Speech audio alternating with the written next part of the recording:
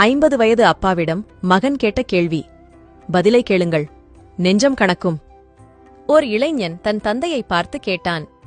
Cellphone, TV, computer, internet, AC, washing machine, gas connection, mixie, grinder இவையெல்லாம் இல்லாமல் உங்களால் எப்படி வாழ முடிந்தது?